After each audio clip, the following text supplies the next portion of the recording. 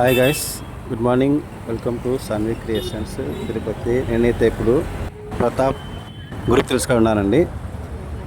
కాసేపట్లో షో అయిపోతుంది అండ్ చూద్దాం ఎలా ఉంది పబ్లిక్ టాక్ ఊజీది.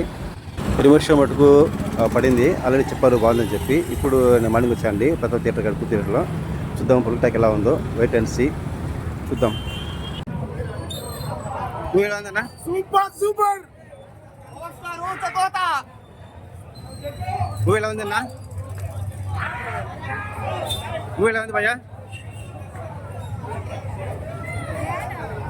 నువ్వు ఎలా ఉందన్నా? బాగుందా? నువ్వు ఎలా ఉంది? నువ్వు ఎలా ఉంది? నువ్వు ఎలా ఉంది? Super super block buster.